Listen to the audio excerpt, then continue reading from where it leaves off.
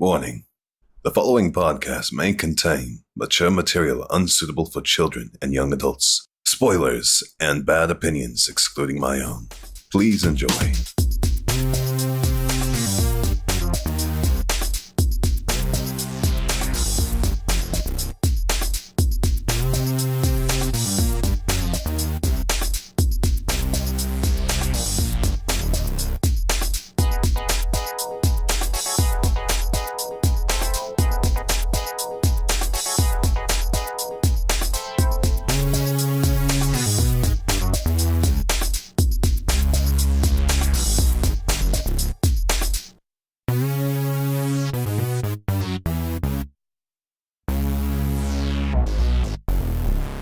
Hello, and welcome back to the Anime Abroad podcast. I'm your host today. My name is Kyle. This is Weeb Romance Part 3. I'm joined by my good old pal, Jared. Hello. Hello. Usually we'd have some kind of off-topic bullshit question of the week, but I've decided to take the reins and, as well as the podcast, off a cliff into the water, into a brand new world teeming with new life and possibilities. To the vast ocean. Exactly. And in replacing question of the week, we have Anime News of the Week, pending title, as I read the topic document. Yes. First up, we have, I'm sure it's old news now, but we have virgin killing sweaters, but they're on men. Okay. That's an interesting twist. It's trending. Well, I mean, it was going to happen. You know, we had... Was it? Well, we had keyholes. Remember, we had keyhole sweaters. That was a thing at one point. Yeah. And then we had keyhole sweaters, but it was like a little... It was kind of like lingerie, but it was like a little cat. Yeah. And I remember, like, men did that as well. I never saw that. That's interesting. Well, see, you see a lot of girls, but you never know. Yeah, it's true. You never know. For some people are into that. Let's see. To take into account all these different trends, what are your favorites? Ooh, that's a tough question. What's there been? It's been those ones you mentioned. There's... Well, you put me on the spot here. Yeah, same. We've got... Okay, out of keyhole sweaters, Neko holes, I'll call them. Yeah, and okay. This new virgin killing sweater. What are your favorites? Wait, was the first one just a regular sweater? Well, it was like a sweater, like a normal type of sweater, but it had kind of like an opening right where the top of the cleavage is. Oh, yeah, I remember. Yeah. Oh, yeah. There was tough. Tons of fan art and pictures and cosplay. I think I almost prefer normal sweaters over that, to be honest. Okay, fair enough. I myself depends on the character, but... Yeah, I find myself fascinated with the virgin killing sweater. It's weird. It's so impractical. It's very so seductive. Because you see it happening both ways, where basically it's worn as basically just... I feel it's kind of a homage to the Naked Apron. Kind of. In that it's kind of like Naked Apron, but naked sweater version, where you're kind of naked, but you're not naked. It's very easy to be naked inside of that. and I see them often in fan art wearing it backwards. Yeah. With the ribbon, or I guess the tie lace, covering the nipples. I found that pretty funny the first time I saw that. It made like no sense to me to begin with. I guess that still doesn't make very much sense, but I wonder who came up with the idea of just turning it around. I'm not sure. I think it's very turnaroundable, and it works. I know. I think for me, it's a combination of it's kind of like a turtleneck sweater. Yeah. That it raises near to the chin. That it provides Pretty you good. a kind of a false sense of covering, where like, what's the point of covering your neck if your entire mid-sides and bareback and ass crack is going to be shown. It's kind of, I don't know if you could call it gap moe, maybe or not. It's proud of its inconvenience. It's showing yet not showing. Yeah. It is Schrodinger's fan service. Okay. They're both naked and not naked. And then, moving on to the next news article, we have top 7 sexiest anime dads. Oh, you like dads, Jared? Sometimes. Yeah. You know, what about you? I get in the mood every now and then. Who's your favorite? Ooh, that's a tough one. It's either Lelouch's dad from Code Geass. Okay, I haven't seen that yet. I don't know. I totally forgot his name. Naruto's dad is pretty cool. Minato, like, I mostly like him because I cheesed everyone in Ninja Storm with Minato. Like, every game, is that a I would just game? use Minato. Yeah. Oh, okay. And it's so easy to cheese people because you can just teleport around the map and just fuck them up. Okay. But going through this list, it appears there was no poll for this, as someone just thought of making a list of their favorite anime. Okay, we'll take it. Okay. Well, there's Soma's dad from Shokugeki no Soma. That's good. He's pretty cool, he cooks. He's got that, I'm leaving home, son. You're never going to see me, but please aspire to I like him as a character, especially. Yeah. He's not very prominent, but he's like a driving force. Yeah. In a fun way. We've got Fujitaka Kinomoto from Cardcaptor Sakura. I'm sure I know you haven't seen it yet, but he's basically I've taken the role of both mother and father kind of dad, as like a sweet, kind of caring kind of guy. He wears aprons. Yeah. He wears fucking aprons. Next up, we've got Akio from Clanad. I really need to rewatch Clanad. You betray me yet again. It's like, when I first started watching anime, that was one of the big ones that everybody had to watch. But over time, it's just gotten less prominent, and I've kind of forgotten about it. I definitely want to watch it eventually, but I'll force you to do it at some point. I feel like in every anime fan's life, there's a point where they just want to cry. Yeah, definitely. Or not cry, but just they want to feel things. Yeah. And that happened to me quite a few. Yeah, it was 5 or 6 years ago for me, where I was just like, damn. And so I sat down and watched Clanad, and I ended up watching all of Key's anime. Oh, right. Little Busters. Yep. Little Busters is good. I think that's my second. I'm not sure. Probably the not. Anime does very long. The anime does a great job, I feel. Okay. Next up, we have the tragic Maze Hughes from Full Metal Alchemist. He's a cool guy. Yep, he's got the daddish vibes. Keiji Fujiwara as well. Yep. He's one of the best dad voice actors in the industry, in my opinion.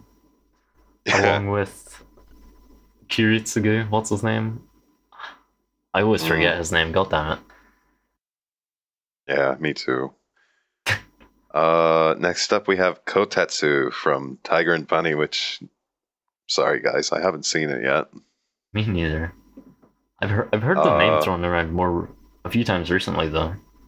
Yeah, it's always been kind of popular, but not mainstream popular.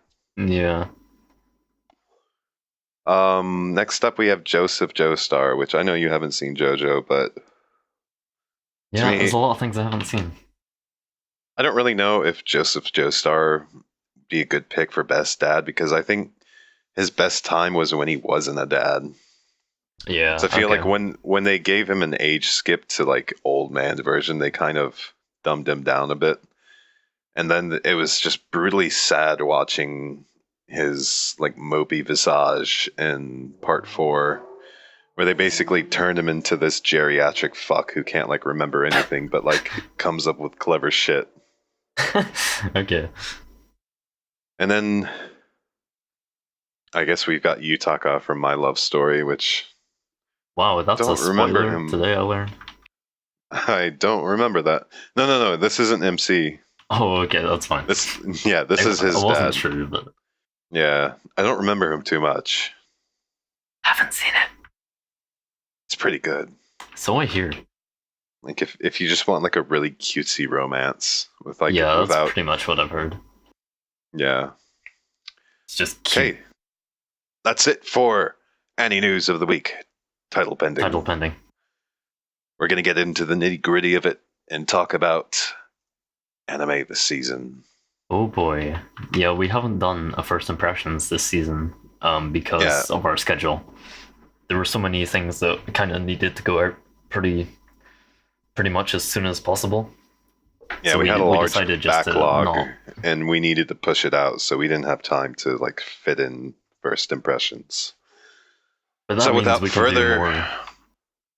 without further ado, we'll start off alphabetically with the ones that we're watching and that we're liking. Akiba Strip. Take it off, Jared. What do you think of this anime so far? Let me tell the audience we're currently 8 episodes. I think we've seen 5 episodes though. Oh yeah, right. We've seen 5 episodes, but we're 8 episodes in. Sorry, we're a little behind on this one. I actually really like it. I didn't really know what it was gonna be before it aired, but it's crazy. Yeah, I think one of the things I do like about it is it pays a lot of homage to anything and everything Akiba. Yeah, like it even has all the stuff about like radios and audio equipment, like all of the little hole in the wall electronic shops. It goes in depth into like radio files, audio files, but arcade it does them files. in a playful way, like in a silly way. It seems like each episode is going into a different facet of Akiba per episode. It's been very episodic so far. Right. Like whereas our recent episode 5 was about Street Fighter. Specifically Street Fighter, but it was more alluding to the grander fighting game arcade scene in Japan. But it's a pretty fun show. The comedy every now and then feels a bit stale, but I don't. The thing is, while it's a crazy show, I feel like it would be better if it was just a little bit more crazy. Yeah. Like, there are a few moments where the conversation just a little bit dry. It has some fun jokes, but it's still like 2 minutes. I feel like a lot of Akiba Strip is wanting to be as alluding as possible, whilst trying to be as little stereotypical as possible. And it's a hard thing to balance because they're trying to have like facets of like you've got Super Sentai in there, you've got giant monster battles, your basic pretty much Super Sentai Kamen Rider for the main arc of defeating the bad guys. And I think they're doing a pretty good job of like not making it a big deal. They're not taking it seriously. Like it's what's the word? Ironic. They're making it very like kind of ironic in every sense. Whereas like we're not doing this to like copy off the success of like shows like that. We're doing this to be like, it's like, hey, this happened, this is all part of Akiba and old, now let's make old make fun visual culture of Japan. Right. I think they're doing okay. Yeah, it's got a lot of energy, I guess. I think one thing, it certainly made me regret not picking Akiba Strip Up for the Vita and playing it. I've heard they're like completely different, but it still does make me kind of want to try the game. Because like from what I saw of the game, it just didn't look like this. It didn't feel like this. I'm pretty sure even the characters are completely different, if I remember correctly. I'll have to go back and see some trailers for it. Yeah. Probably say my favorite character is either the little African doctor or the blonde. Amamiya. Yeah. She's good. I was kind of like when she first showed up in episode 1, she's just like this mega chuny gaijin. Right. Which was like, okay, how's this gonna work? What are they gonna do? But it's actually pretty fun. Mm-hmm. Yeah, if anyone's interested in, if you have any kind of interest in, classic Akiba, and not just the anime surrounding it, Akiba Strip is it feels kind of like a little slice of love story for the whole culture of Akiba. I can see what you mean. Yeah. Next. It's episodic. It's very playful. Seriously, just watching once a week is nice. Nice animation as well. Makes it even more lively. Yeah, I've been finding like a recent trend in anime is I don't want to say Trigger did it first, but Trigger's like the first popular rendition of what I would say is like taking what talent you have and like using it to make it look good. Yeah, I think Trigger goes for a kind of mix between modern and the best of what's been in animation for years. Because like what I was talking about, like, is where Konosuba has really like, it's the character designing and artwork is all over the place. It's a literal mess, but they really make it. Yeah, they really make it work. Whereas like the first time I really saw it happening and working well was Trigger, Kill la Kill, and like so much. They do what they like to do. Yeah, it's very very dramatized. Everything is dramatized. Well, I mean, I think I just like kicked the horse there. That's the good thing about having so many original series, because Trigger really has had a lot of those.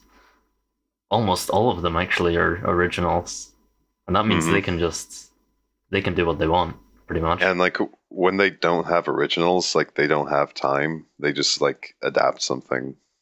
That was like the case for Eno Battle, because for them I'm not sure what the deal is with Eno Battle. Like, well, like what I happened guess they just needed work. Yeah, what happened was they were talking about, and they got asked the question, and they said, for an original anime, it takes between 3 and 5 years to make. Yeah. And so we didn't have like 2 years. We didn't have like the time to push out 2 anime in like 1 year. So we decided to just adapt something, and that's where Eno Battle came in. Oh, was it somewhat of a kickstart? No, I think it was just like a decision to like, we need to push an anime out. Like, okay. They just needed to work. Yeah, they just needed to push something out. Eno Battle wasn't bad. I liked it. Yeah, it was good. I really liked the first few episodes, especially, but yeah, like it kind of got a little out there as it went on, but I think I wouldn't mind in the second season. Yeah. Next up, we have Demi-chan. Demi-chan's a nice show. I love it. It's fun. I love it too. And it shows that like the boundaries that this teacher is like willing to push. Yeah, he doesn't care. The fact that he hasn't like A, gotten fired, but like even more surprisingly, B, gotten like sexual harassment charges yet is like like beyond me. It definitely wouldn't happen in real life. Let's just say like, that. looking at very conservative Japan, like there's no person like him that actually exists. What you mean, the way he interacts with his students? Yeah, pretty much. Yeah, they're not allowed to. Yeah, like much less just the main reason. Yeah. Best demi-chan is probably Vampire. Yeah. Okay, I was curious what you'd say for that. Yeah, I think she was my favorite for most of it, but I mean, the last episode or two, Yuki. You switched over, to Yuki. Yeah. She's really good. Yeah, I just like Hikari because she's really outgoing. Yeah, she's very energetic. She seems like everywhere.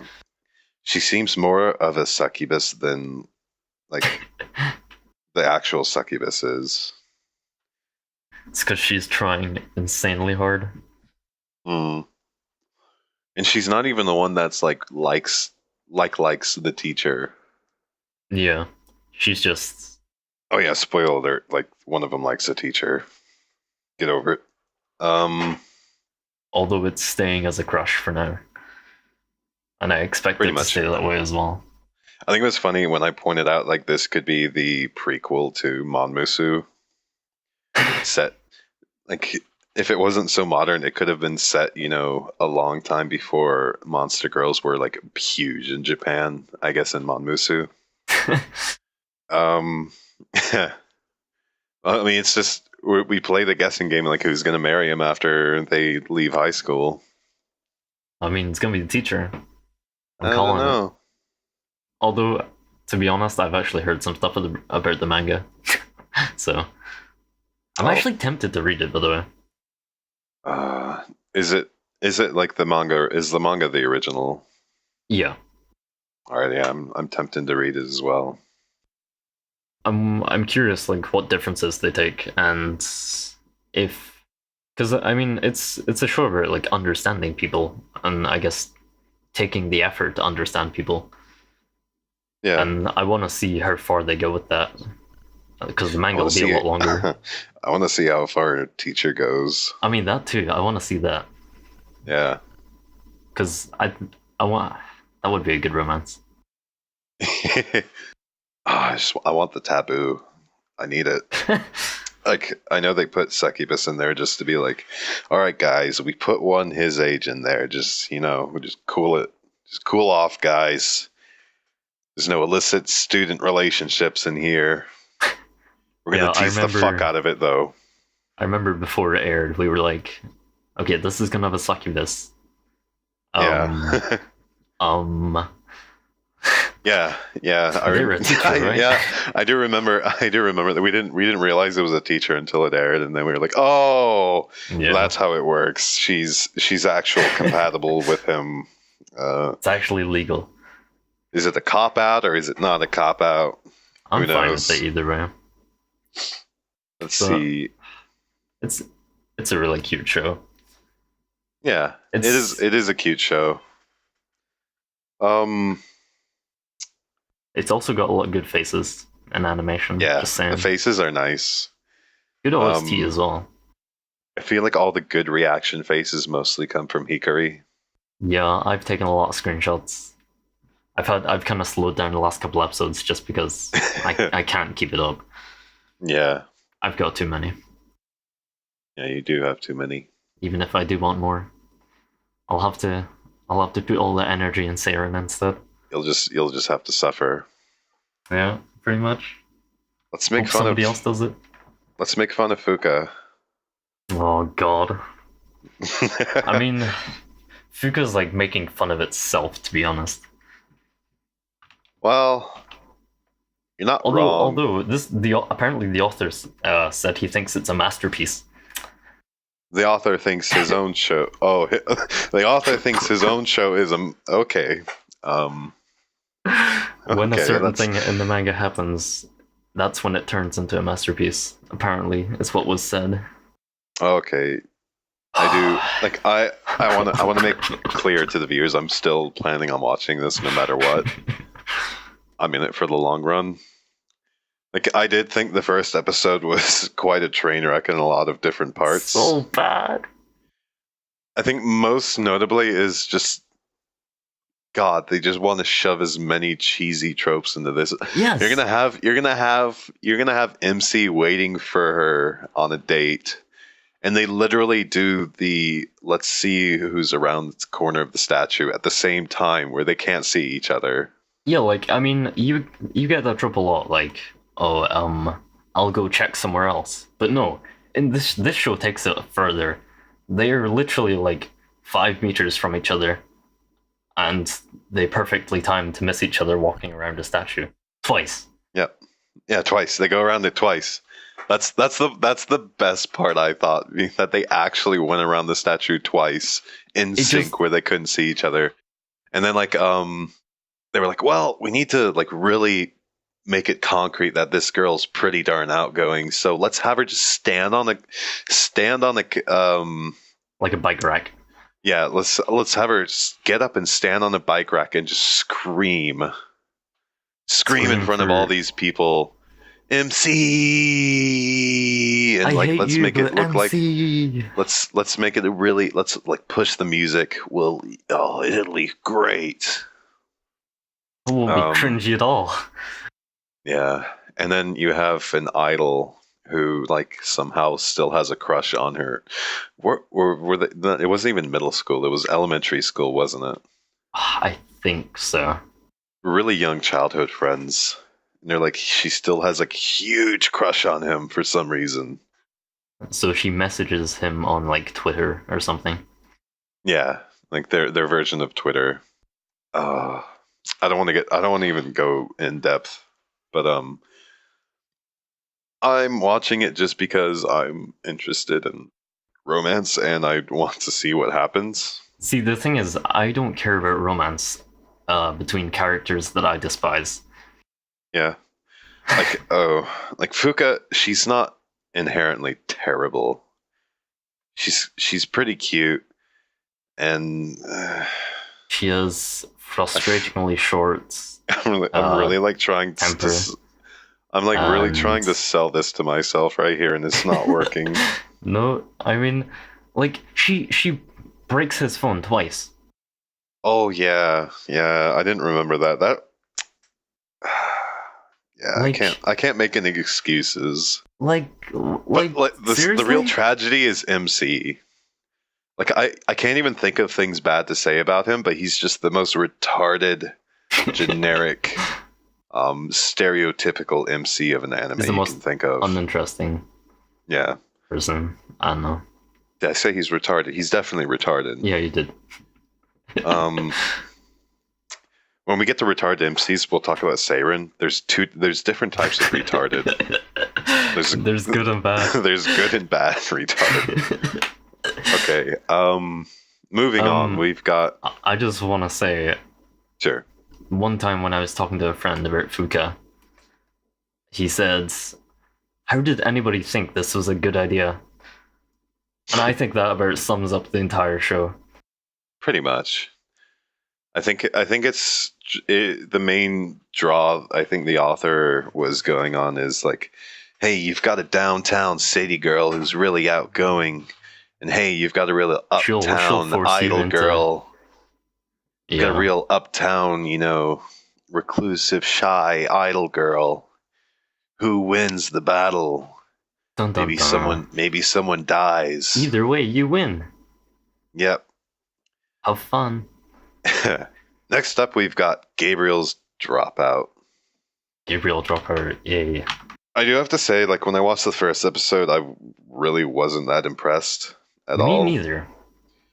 Like, it really seemed as just like a really your generic kind of slice of life comedy. But like, I'm not gonna say it's outstanding at all, but it did surpass my expectations after the first episode. Yeah, a lot of shows, like a lot of Doga Kobo shows, by the same director, I think, like Love Lab and Yuri. Someone someone said to me, like, the shows that this person does at Dogo Kobo usually have some sort of emotional kind of background to them to go along with the comedy, if you know what I mean. Okay. And Gabriel Dropper doesn't really have that, so that's one. So I think they dropped it actually, pretty much because of that. There just wasn't enough for them in it, and I do agree that a lot of the jokes, they're kind of limited. They're just telling a lot of similar jokes. Yeah, like for stuff like Gabriel's Dropout, it's really hit or miss with the comedy for me. Because there's some jokes that I just, don't hit me at all, and I'm just sitting there and being like, yeah, this is kind of stupid. But I think it's the like sadistic things they do in the show that I enjoy. Those are my favorites, yeah. Yeah. Like, or just someone being like creatively stupid. Whenever like Satania gets like the short end of the stick, it really I love it. Really gets me going. But also like when Satania was waiting in the locker for the person, she was going to confront someone. So she waited in the locker and she was going to burst out and surprise them. And then the locker just falls over and she's just completely straight-faced serious, has a conversation, like trying to be intimidating while just lying down on the floor in a locker. Yeah, I think that part, that's one of my favorite parts as well. Yeah, definitely. And I sort of don't like. I honestly really don't care too much about Gabriel herself or Vinette. Not really. She has some good moments though. Like it's for me, it's all about Satania, the comedy they use Satania for, as well as white hair. Yeah, white hair. You guys know who I'm talking about. Like the closet. She's like the most sadistic of all. Like the actual closet sadist. Yeah. And the dog. And the dog. Yeah, those three the dog people. That steals bread. Because I mean, like instead of like your typical Tsukomi bokeh act with, you have the idiot and then you've got the straight man. You've kind of, everyone's kind of both at the same time in just regards to kinda. The roles change often. Like in the most recent episode, I was asleep for half.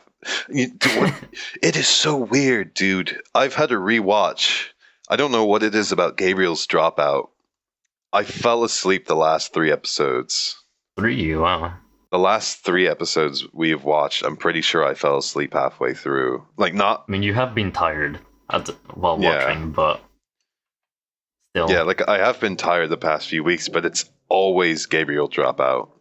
I guess that's slice of life for you. I do always end up rewatching them. Hit or miss comedy. Yeah. If you get too many misses in a row, then it really adds up. Pretty much. But there have been times where the hits have really added up, and there's been great episodes. Next up, we've got Kimono Friends, which we'll just say a little excerpt from. Okay. I always had faith in Kimono Friends. Yeah, in our group watch of 4 people, 2 of them noped out within 30 seconds because they saw it was CG and like a kids show. The other one waited like 5 minutes to do it, and we were like, okay, fine. Yeah, I think you and I were the only people that were just like, okay, yeah. I mean, it's not that great. Let's see what happens. Yeah. It was the CG really that drove them off. Yeah, a lot of it. But we are, considering like how popular it is on social media right now, like I'm ready to give it another try. Yeah, it blows my mind. Like, what happened? What are we missing? Right. And so, viewers, we will be talking about Kimono Friends in the anime of the season. We're doing it. But next up, we have... I just want to say, like, to show popularity of this thing, They're on Pixiv. There are over 7,000 images of Kimono Friends, and it's been like 8 episodes. I see it too on Annie Twitter. Yeah, I mean, the weirdest thing is, like, this was an anime for a cancelled mobile game. Can we talk about best anime? Yeah, go for it. Yeah. Kobayashi-san, Chino Maid Dragon. Yeah. So good. New episode tomorrow. Yeah, Can't wait. I'm so excited. This is it's a good anime. You know, so good. It's been a while since I've, really been really into KyoAni. Mm-hmm. But this is like this is the shit I like from KyoAni. A nice slice of life. The thing about Maid Dragon is it has such a good blend of comedy and like heartfelt character stories and dynamics, I guess. Yeah, and the music as well is very nice. Like the part, I think, like the best symbolic part I saw was when Toru took Kana out into the city, and they were talking about, let's go see Kobayashi at work, and so Toru changes into a dragon and gives, I guess, the anti-see-me spell to Kana, and they both, as like the music starts up, and it's this really kind of lonely piece, this really mysterious kind of almost kind of like Harry Potter-ish kind of lonely adventure mystery piece starts playing, and they like fly off into the clouds. I was trying to make that more deep than it actually was, but yeah, that was a great scene where, it's the scene where Kobayashi like looks out the window of her work, and then like she sees them and like she freaks out. But yeah, the comedy as well. Out of the clouds. Like just it's really good at mixing comedy. It's very and well-rounded, more serious moments. Because you've got the slice of life aspect. Kobayashi thinks it'd be a good idea to hide herself and go visit. Toru decides it's a good idea to hide herself and go visit Kobayashi at work. But she wants to learn more about her. Yeah, and then you get to meet her boss, or I guess manager, or whatever he is, and he's like this downright just turd of a human. And so like he's had a bad time when he's taken out on other people. Yeah, and so you see Toru fuming with anger and like ready to kill this person, but she like holds it back and just trips the fuck out of him. And then like he comes like 10 back times in a row. Yeah, he comes back for more, and so she just trips him. He gets up and she kicks his feet again about 10 times in a row. The anime does a really well job of balancing out slice of life comedy, and I guess you can call, I don't know, there's some adult aspects to this anime. In what way? Because like you see Toru, like she makes it very clear, like she just doesn't love Kobayashi. She loves Kobayashi. Yeah, like she's legitimately in love. She wants to tap that, and she's made it very clear. Yeah. I think, who was it? Someone told me that this author did hentai. Oh, right. Someone told me. Really? I don't quote me on anything, but it may be true, maybe not. But like, if it is true, like I can totally see it. I'm not sure like how different the art is between manga and anime. Because you have these really detailed pictures of like Toru with their tongue out. Yeah, and I did read it back in the day, but that was a long time ago. Yeah. Like I think it was only it might have been like 10, 15 chapters in when I like stopped reading. How many is that on there? I don't know. I think someone said it's not at 100 yet. Or maybe not. Okay, but it's not too far away. Well, I think they're only like. I might as well have been making it up, but I don't know. I think Donnie said that it wasn't far in.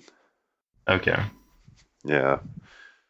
But yeah, like the definite, there's definitely an adult air about the anime. It has more serious themes, I guess, or not serious. Serious sounds wrong. Well, like I wouldn't even call them themes. It's just like every now and then you'll hear Toru say something that basically means I wanna fuck you, Kobayashi. Okay, yeah, I know what you mean. Yeah, and like there's the scenes that happen. It's just like, they're not alluding to it. She's like, yeah, let's fuck, want some fuck. But I think that's another thing I really like about it, that it's not trying to push itself as, it's kind of like a jack of all trades anime. It's got a little bit of everything. I mean, the thing is though, it's really good at everything. It's not like it's just mediocre at everything. Yeah. And we still haven't seen the new dragon till tomorrow. Probably tomorrow, yeah. Which I'm curious about. It's going to be a Naoko Yamada episode, by the way. Ooh. Yeah. I'm really... So if they're bringing her in for this episode, it's probably a big one. Yeah. Yeah, because they waited 8 episodes to introduce a main character. I mean, yeah, that character has been in the OP the whole time. Yeah, and seeing as this is only a 1 core. But next up, we could gloat on about Maid Dragon all we want. It's always going to be a good anime. But next up, we have another good anime, Konosuba. Okay. Good shit. Konosuba, I like season 2 even more than season 1. I think it's generally definitely just better. I feel like they've just really upped the comedy in this season. The comedy feels a lot more confident, I would say. Yeah, because they really know what they want to do with it. There's no hesitation. Because at this point, everyone knows each other in the anime really well. Yeah, and so they're able to kind of work off of each other. Other than that, man, the animation also is the art in general is hilarious. Yeah, you're not gonna always get tons of frames of everything, but it's all drawn very lively. The best word I can think of. The design of it is always very lively. There's no real frame where things are stale. Yeah, it's always visually interesting. Or usually comedically. But there's also these really well animated, quite serious scenes. I remember the episode where they're trying to take out, the really fast things. Where there's the queen and the lizard trying runners to become the new queen and king. Yeah, when Kazuma's gonna shoot the queen, I think. That's incredibly animated, and it's so different from everything else because it's. I think the way they actually animate it, how, they obviously take some cost cutting maneuvers for drawings and animations, but I think that allows them to afford themselves some really good animation every now and then. Yeah, there was an interview with the animation director, or one of them actually, and something interesting is he said that he'll correct body proportions and stuff, but never faces. I remember you telling me that. Yeah, and that's kind of hilarious. I think that also, not only does that help speed up production, but to me that would boost morale as well, because you're not imagine yourself as imagine yourself as an animator, and you're drawing keyframes and draw a funny face. You draw. You were thinking like, yeah, I'll draw a funny face for this one, and you show it to the editor or the director, and he's just like, animation good director. job. Yeah. Yeah, that would definitely also boost morale in that case as well. Like giving your artists more freedom. There's lots of different styles of faces. Right. And I think that Konosuba feels, I think the best way for me to describe it is it feels very, very fresh. And like it's the got anime a lot industry. Because it's like everything you see nowadays is like really formulaic. Like not just in like the story and stuff, but the character designs. And then you've got Konosuba, which really, it pushes. I feel it's pushing what like anime should be instead of like, it's breaking the formula, it's breaking the mold. I like that it takes a more wacky approach, liberal it's more like to animation. In terms of anime, it takes a more natural approach to like because I know you wrote about in your blog one of the things you love about anime is dramatization. It really takes that to the next level. Like this is what anime. Movements. This is why like anime is popular, because it over dramatizes things. Yeah, it's creativity of movement. Yeah. And Konosuba is filled to the brim with that. All sorts of different styles. But then I think in general, like oh, sorry, go for it. Oh no, you go. I was going to move on to talking about the actual comedy rather than visuals. Okay. If you were gonna, I think my favorite episode so far of season 2 is when the whole darkness marriage proposal. Okay, that was a good one. The crazy they buffoonery that goes on. Yeah. I know Jonas would not like that episode. I used to think, like, back in season 1, Darkness was my least favorite character. And she was now... but she was a bit of a one-trick pony. Probably, in terms of, like, enjoyment in the episode, I'm always looking to her to provide the most comedy. Yeah, like, they're being a little bit more creative with it there. They're kind of spreading the joke instead of just having one joke. Yeah, because, like, I think season 1, it was kind of... you got the sense like, she's one of those people who wants to see herself abused and, she wants her lover to cheat on her and this stuff. But they turned it up to 11 in season 2. Yeah, in season 1, it slowly got a bit tiring. Yeah. But season 2 is quite refreshing. Like, instead of especially her just having the archetype of a masochist, she shows you how deep it goes. Yeah. And also that reminds me, the episode, or I guess the scenes with the devils. The succubus. I can't remember his name. No, the guy they blow up with the mask. Yeah. Yeah, like the back and forth between her and him. That was such a good combo. Yeah. So good. Oh man. Konosuba is just probably, best comedy I've seen in a while in anime. Yeah. It's different as well.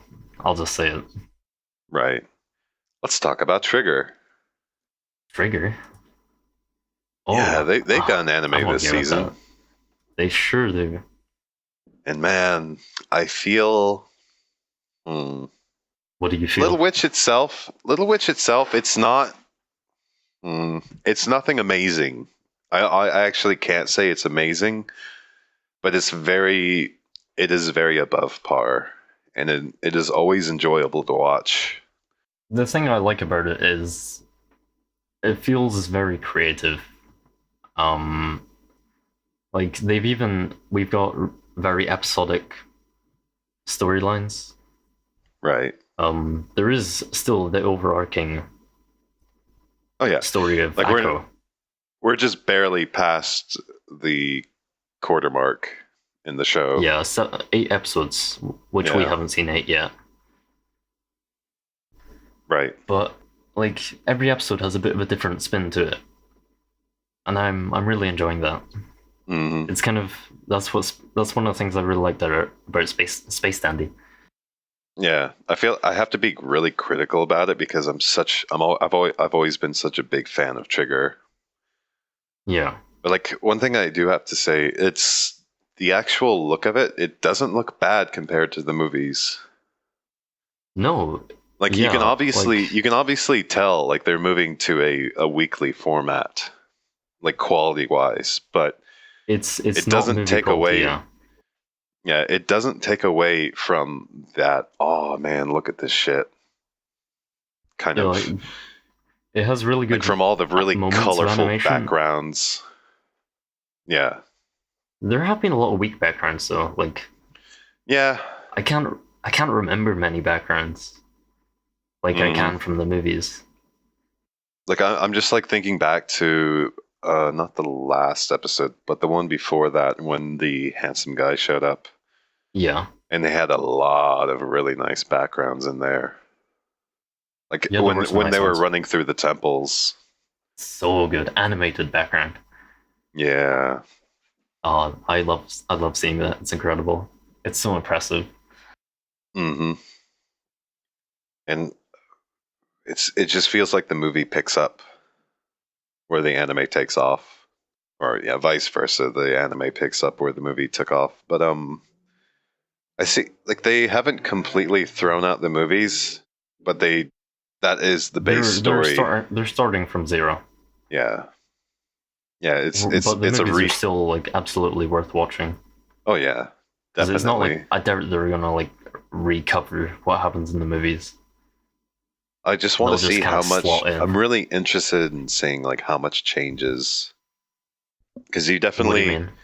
Like with the movies, like they're forced to crunch time, and you see Akko really quickly go from dunce at school to the lead piper real quick.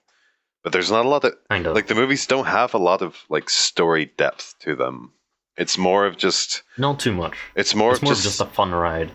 Yeah, it's more of a ride where you're just very simple story. You're just watching the story of Akko, like, reaching her dreams. Whereas this story, oh shit, I just realized we're going to have another different OP. Oh, true. Probably. I mean, like, we'll probably get a new OP, and I'm okay with that, because the first OP is okay. Yeah, it's, I don't care too much for the song. The visuals aren't that interesting either. Yeah. The ED's visuals look nice, but I can't really remember the song too much.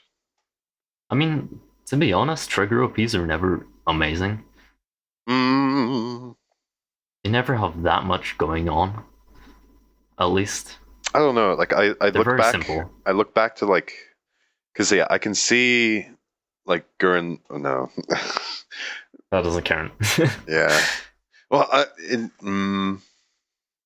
it had a lot of the same people on it. It did. I don't remember the OP. It may as well count because that's almost like the same people talking about Gurren Lagann OP. Like yeah, like the OP and ED weren't. I'm not going to count those because those aren't. Yeah, those are the same. They're not as visual as they are. Not musical, but very thematic in like the way they go on. I can't remember them very well, but Kill la Kill was a really good OP. Like both. I don't remember it. It's time for me to rewatch it, I think. Yeah. It had like it was just one of those OP that really works as like it is the opening for Kill la Kill. Okay, yeah. In that sense, yeah, I can see what you mean. And like visually, it was very visually well as too. Because because like not only does it like have the regular things in an OP introducing all the characters, but it has all the themage in it too as well. Like the life fibers, kind of? Like the scissors. They use the scissors to transition between scenes as well as using the life fibers to split frames. Okay. Yeah. But back to Little Witch. The ending is really good, I will say. the ending of the OP. Well, like the ending, it's like the first 10 seconds look really nice, and then there's still frames. Yeah, mostly. But I mean, I like the anime is good. I like it. Yeah, definitely. I mean, it's always nice to have a really good OP, but it's not necessary. I think as for Trigger if it's gonna originals, take away from the series, then I would prefer they didn't bother. Like I think as for a Trigger original, like it's probably the lowest on my score, but like still high enough to be really good. Wait, is this Little Witch? Yeah. Oh, okay. Yeah, because like, I mean, I'll always say Gurren Lagann. It may well be just a Trigger anime. You might as well just call it that. Pretty much. Yeah, Gurren Lagann, Kill la Kill. No, it's better than Kiesniver. Oh, the series or the series, like Little Witch. Series, okay. I enjoy it more than Kiesniver. Yeah, like I did too. I was like, oh, that was a Trigger original too.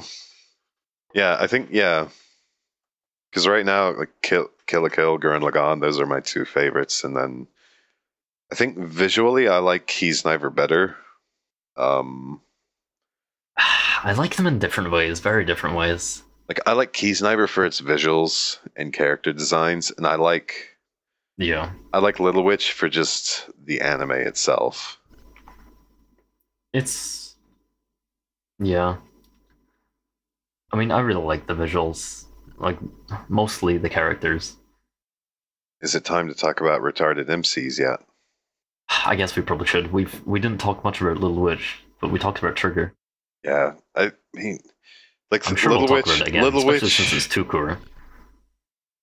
Yeah, Little Witch. Or wait, no, we skipped one. We did skip one. Yeah, we did. Kuzu no Honkai. I don't want to get too deep into this. No. I like it for different reasons than the people I'm watching it with. Yeah. Whereas you have, like, all right, tell them why you like it, Jared. Okay. And then I'll say why I like it. I think the way they're being very serious with all the characters' problems and relationships is kind of interesting. I'm curious, like, how, especially Hanabi, the main character, how she'll react to everybody around her, I guess. Because all the characters kind of domino off each other. Like, someone does something and then that makes someone else do something. Yeah. And it's all not good. I mean, it's interesting. This is where I chime in. It's really interesting show. I would Kuzu say. no Honkai is a hot, steamy mess of sex, and like it's not even fan service. It is game. It is like Game of Thrones, but just like the drama and sex. I watch this anime because you're just like, wow, like who's gonna fuck who? Like, damn. Like, I mean, there's definitely no, literally each episode you're just wondering. Each episode, like you're just sitting there thinking, like, man, who's gonna fuck who this episode? And you'll never know. You'll never fucking know. Like, they even introduced the new guy. Exactly. They introduce characters by having the previous characters have sex with them.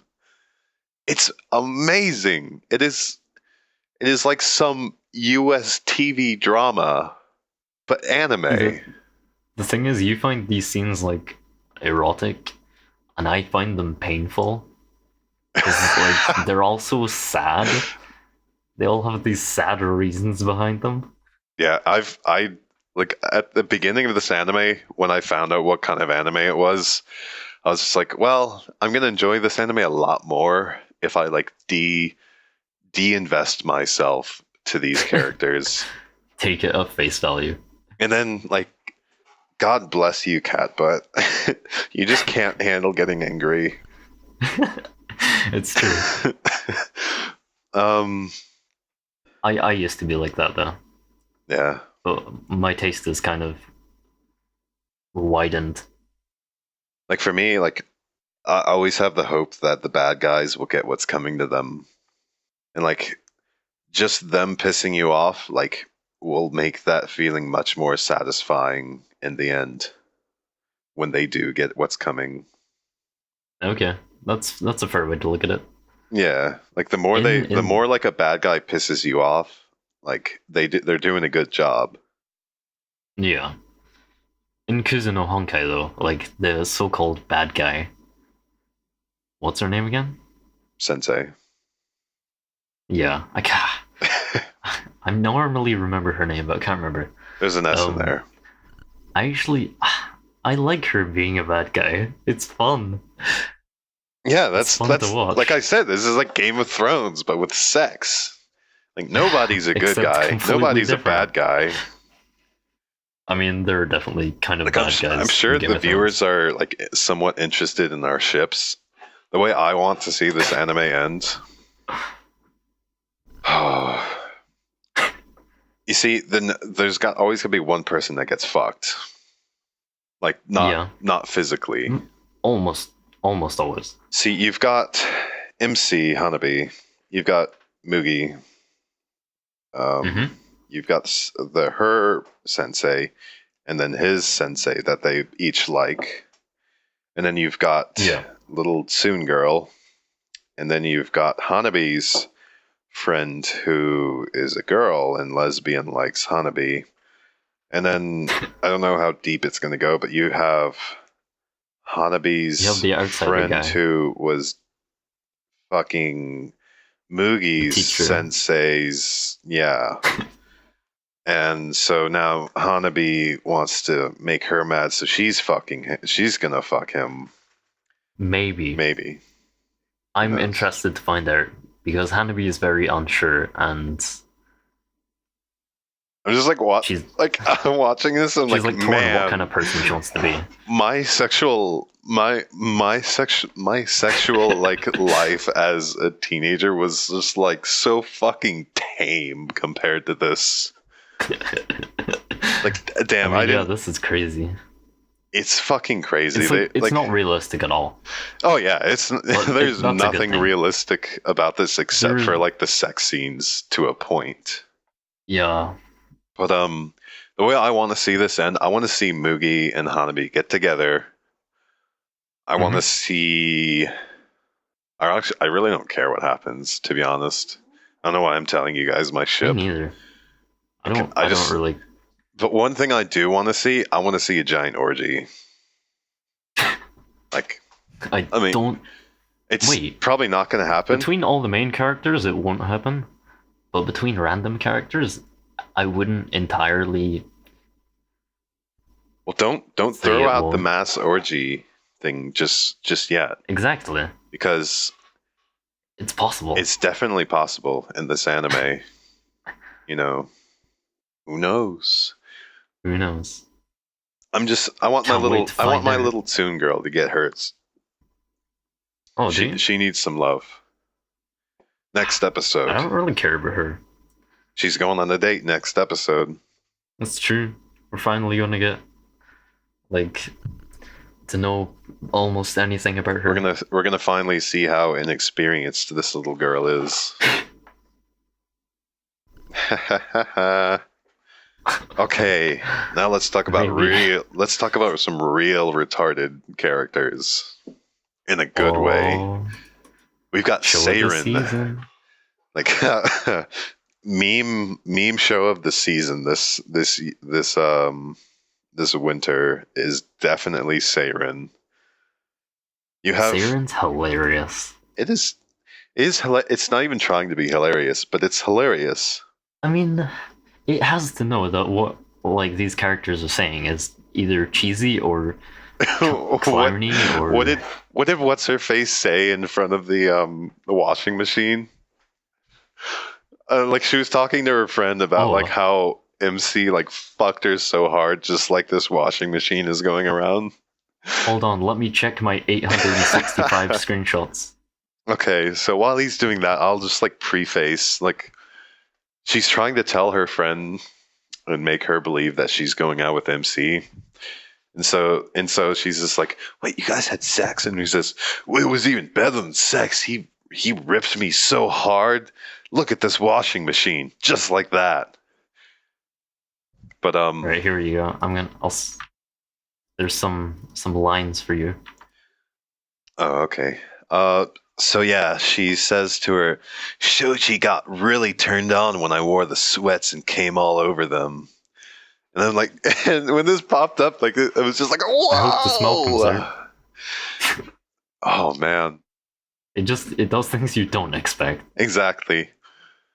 But the legs of the show are top-notch legs. They're very good. Very good. Like, it's not as good as Amagami. There's less of it. Alright, the comedy is better. Yeah, I would say so.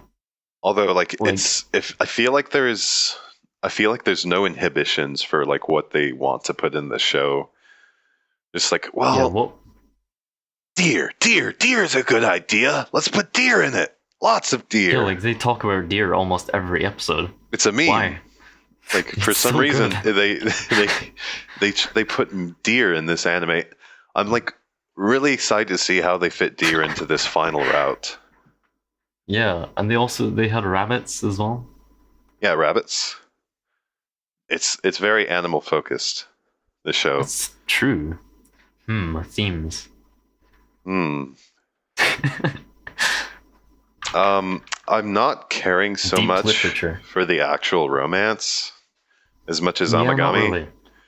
But like MC makes any conversation hilarious. Yeah, and like a lot of times, most of the time, he's an incompetent retard who can't like talk to people. But like for some reason, every now and then he turns into like a savage, a fucking savage. Really smooth. Going in for the kill real quick. But yeah, anyways, and then he goes right back to saying something stupid. Yeah, pretty much. And then I find it funny. Last episode we watched, the girl, he basically confesses to her and says, I love you. And she's like, sorry, I have exams. But then she proceeds to like suck his Adam's apple like it was the last dick she'll ever see. Yeah, that's... I thought I'd give you a little reward. It's like Amagami, where they... like the back of the knee. Yeah, the back of the knee and the belly button scenes. I like how they referenced that, like... we saw two people doing something weird in the pump sheds 10 years ago. Yeah, pretty much. It's fun. It's a fun anime. What was it I said the other day? Like Saren as if like all the things about Amagami that they just thought, no, we can't do this. This is too weird. This is too silly. It's 2017 They're just now. going for it. We can do anything. Look at fucking Kuzuno Honkai. Anyway, I remember when the first episode came out. I think I said it's like it feels like a show from the 2000s. Yeah. I can't quite say why, but I hope people can understand what I mean from that though. Right. Okay, we'll talk about Yojo Senki for a second, then wrap up. Okay. Yojo Senki's good. It certainly I'm still not entirely sure what I think of it. It certainly is in need of a lot of polishing. Like, just quality-wise, I think. Again, a lot of different things. I will say it has an interesting premise. Although I feel like they're using that premise as an excuse kind of now. Yeah, they haven't been focusing on the whole god thing very much. nearly as much as I wish they would. I'm not as mad about that. Not mad, but disappointed about that. As all right, they give you a really nice premise about this girl who's actually this guy who's reincarnated, middle-aged guy. Yeah, who's super selfish but the show is about Tanya the evil, but she's not really that evil. Not really. I mean, she's a little sadistic. She'll do anything to benefit herself. Yeah, but there's never been any real dark things she's done to benefit herself. Yeah, she sent a guy to one of the lines of war that she found that was really active, and yeah, he happened to die. She knew he was going to die. Yeah, he happened to die, but she had no real part in his death. Well, I mean, she did it so he would die. She knew he was going to die. When I think of evil, I think of her killing her superiors to rise the ranks, poisoning them. That's evil. What she did is mostly vindictive. I mean, I don't see Tanya as being really that evil. She's just kind of mean. She's a bad person. Okay. She's a bad person, yeah. Yeah, but she's not evil. Other than that, one of the things I was most surprised with is that it's actually quite a funny show. Not always, but more than I expected. Yeah, another bad thing I saw was they have some useless characters in there. The person under Tanya, that girl, fucking useless. Yeah. They haven't used her for really any real reason so far. Well, she's just there for that trope. She's there. She's playing this. Whereas Tanya's the evil Tsukomi kind of shit. She's just the straight person. She's the good angel on the shoulder.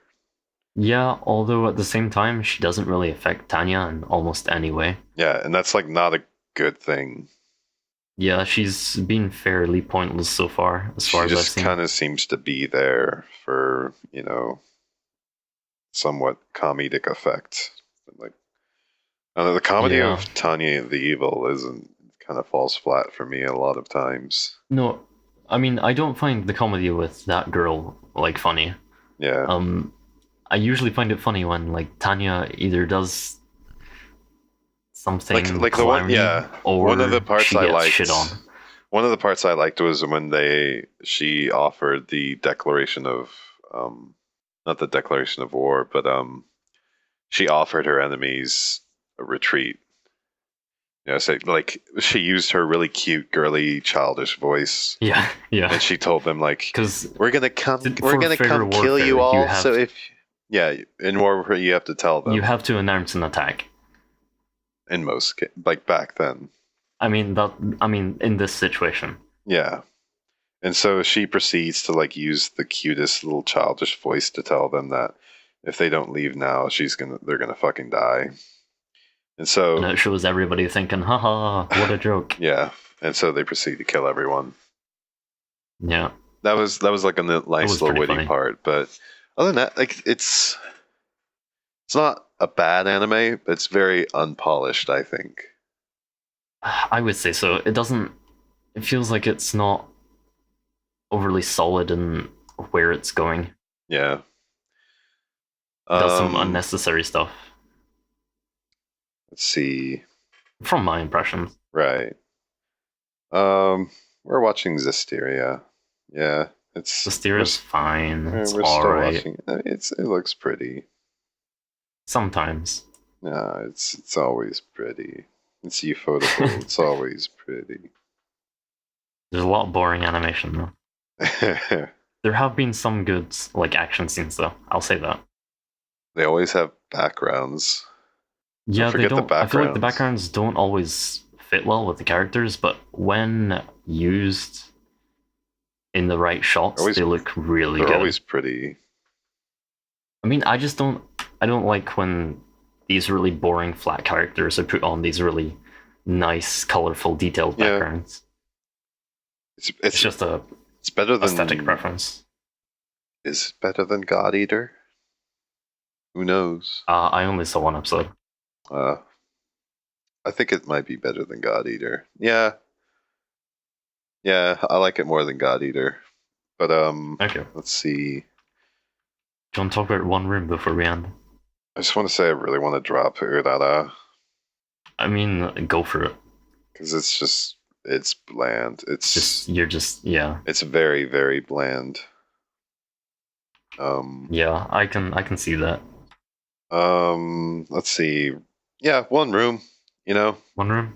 We've seen one episode. I totally forgot about it until we were looking at the Annie chart to set up the schedule for this episode, and I saw One Room. And I'm like, oh hey, isn't that the self-insert first-person waifu sim? The most hilarious thing about One Room to me is it's first person. Like for almost the whole episode, even they're shorts, but for almost the whole episode, and then it has this one camera angle of like behind the person they're talking to, so it suddenly just breaks the first person perspective and then returns to it. I felt like I could really reach out and touch the waifu. I can't remember her at all. Like I can't. She was cute. I think she was timid, maybe. She may have been a good cook. Maybe.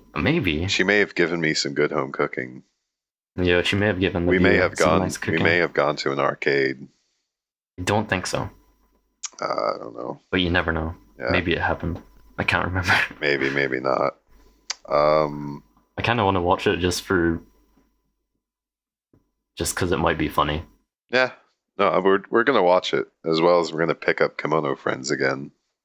Yeah. See what's happening. Let's see. Other than that, yeah. Sorry, we only watched the one episode of Rakugo season 2 for whatever reason. Yeah. It's all right. I'll say it's a good anime, but it's really good. It's hard to want to watch it. I prefer to watch it when I'm in the right mood. Yeah. I think I'm gonna watch it on my own. One of our group already has started, Aki. Oh, that bastard. Kappa, you piece of shit. He told us yesterday. Yeah, I know. I'm just saying, you piece of shit. But I mean, we already talked about that and decided. Maybe you didn't decide, but we did. I know. I mean, I think Rakugo's a better thing to watch on your own than in a group. Maybe. Because I mean, when we watched it, we didn't really talk much. Yeah. And if we did talk, we just kind of distracted each other. Yeah. All right. Yeah. Yeah. We'll watch it eventually, guys. Yeah, definitely. And we'll have some things to say in in 4 weeks when we come out with the anime end of the season discussion. Yeah, I'm sure as soon as I watch episode 2, I'll want to watch the rest. Which, as we close out, hopefully our other hosts are listening and will... Hopefully they've watched anything. Will listen to this podcast to know which anime they should be watching. Yeah. Anyways, next time on Anime Abroad, we will find out who's the bad persons and the hosts. Yeah. But I'm sure we will. Until next time, thank you for listening. This has been Kyle and Jared. Thank you for listening. For the We of Romance. Signing off. See ya.